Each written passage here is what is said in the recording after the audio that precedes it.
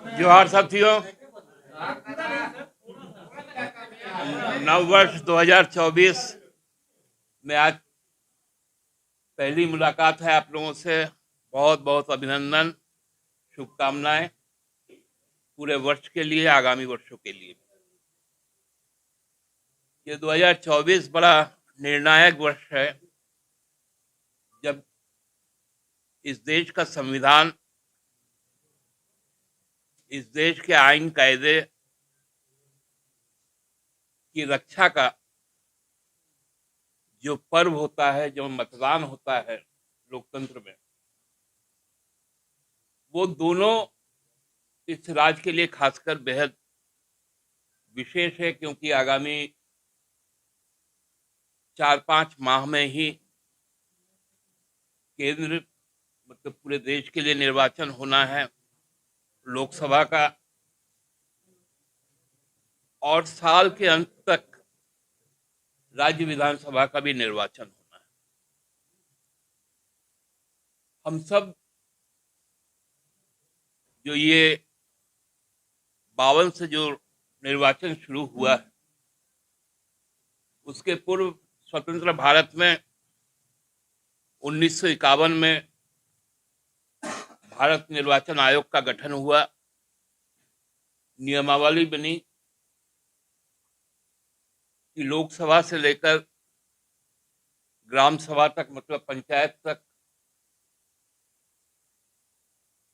कैसे चुनाव संपन्न होंगे, लोग अपने मताधिकार का प्रयोग निर्भीक और निष्पक्ष होकर करेंगे। और ये पूरा कवायद की जिम्मेवारी भारतीय निर्वाचन आयोग को दी गई।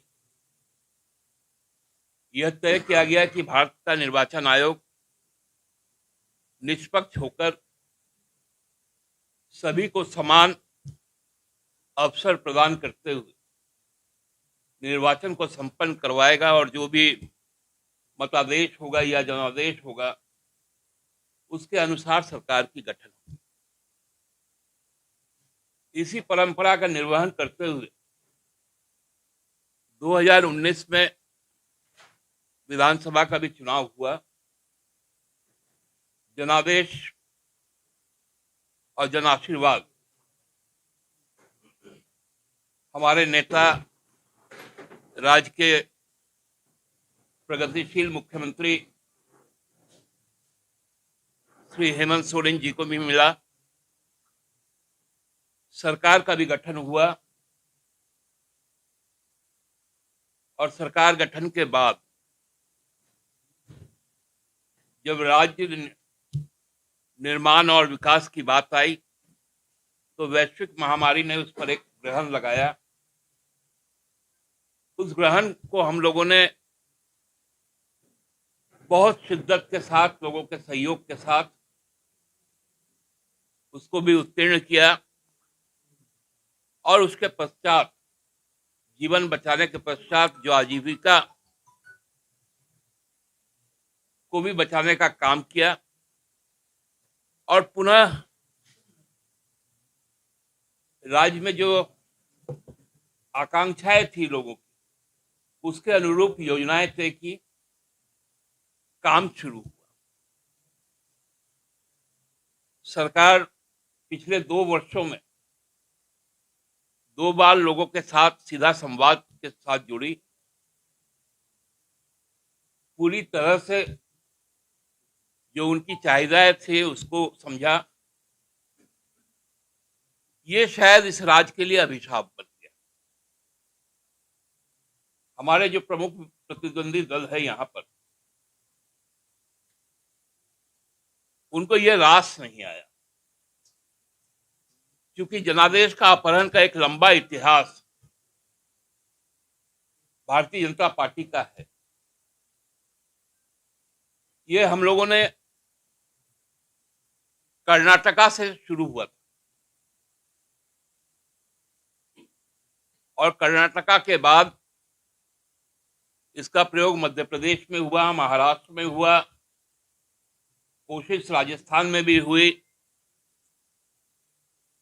और एक विफल कोशिश झारखंड में भी हुई, लेकिन फिर भी जब भाजपा को इस पे सफलता नहीं मिला, जब यहां के निर्वाचित सदस्यों ने कहा कि हम अपने जनादेश के खिलाफ नहीं जाएंगे, तब शुरू हुआ एक नया पटकथा लिखना, साजिश रचना। उसमें भाजपा की जो केंद्र सरकार है, उन्होंने बड़ा अच्छा एक पटकथा लिखा और उस पर लगातार कार्रवाई शुरू। उसका एक ही उद्देश्य था और वो उद्देश्य आज भी जारी है कि हम सरकार को लोगों के साथ चैन से जोड़ने नहीं देंगे, योजनाओं को धरातल पे उतरने नहीं देंगे, असमंजस और भ्रम की स्थिति पैदा करके रखेंगे।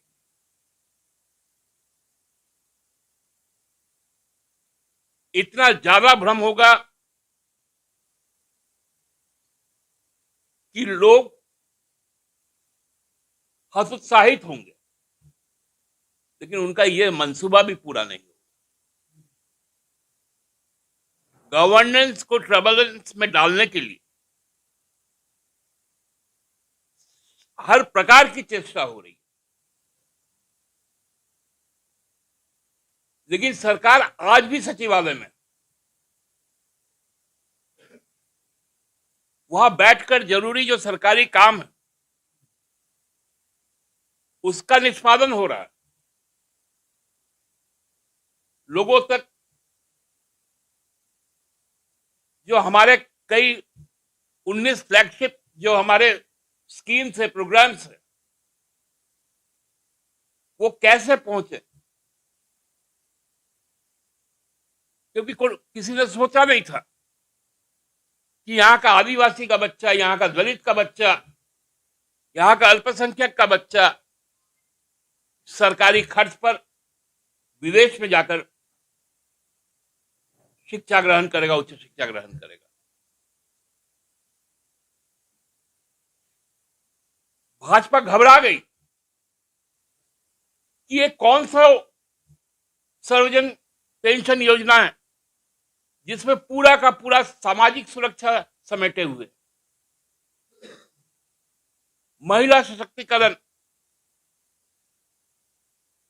छात्रों के लिए व्यवस्थाएं, खिलाड़ियों के लिए व्यवस्थाएं, किसानों के लिए व्यवस्थाएं, हर तरफ जब सरकार आगे बढ़ना शुरू की तो आप देखेंगे कि लगातार इन कुछ दिनों से एक बड़ा विद्वान नेता है जो भारतीय जनता पार्टी के वर्तमान में प्रदेश अध्यक्ष, पूर्व मुख्य